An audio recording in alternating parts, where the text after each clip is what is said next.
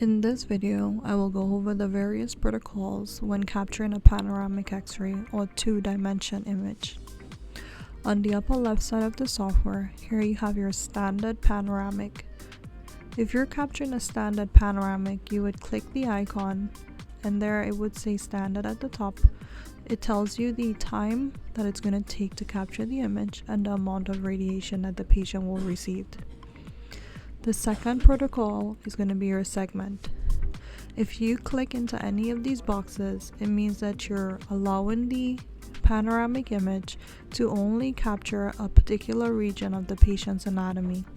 For example, the areas that I've grayed out, the image will not be captured, but the areas that are white, those are where the image will be captured.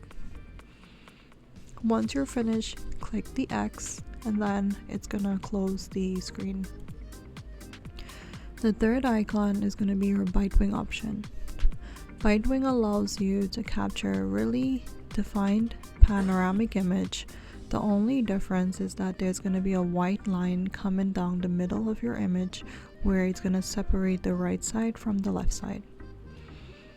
On the lower left side of your software is gonna be your TMJ.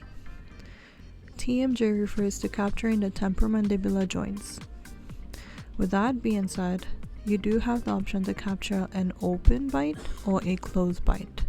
If you choose number 4, the software will automatically prompt to capture both open and close.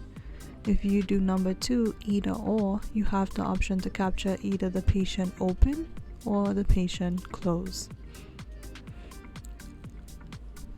Moving on to the next modality will be your sinus.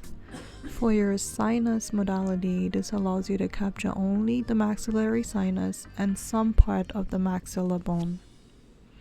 The last icon on your lower right side will allow you to capture the atonical.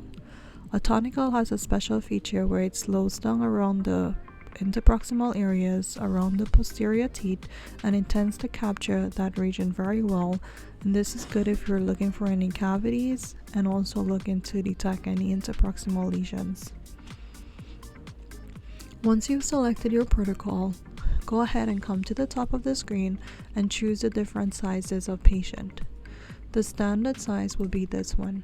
I refer to a patient that is between 100 to 200 pounds. The third or last will be a big husky patient who has more bone and would require more radiation. The second object will be required for a teenager, and the last object, which is a child.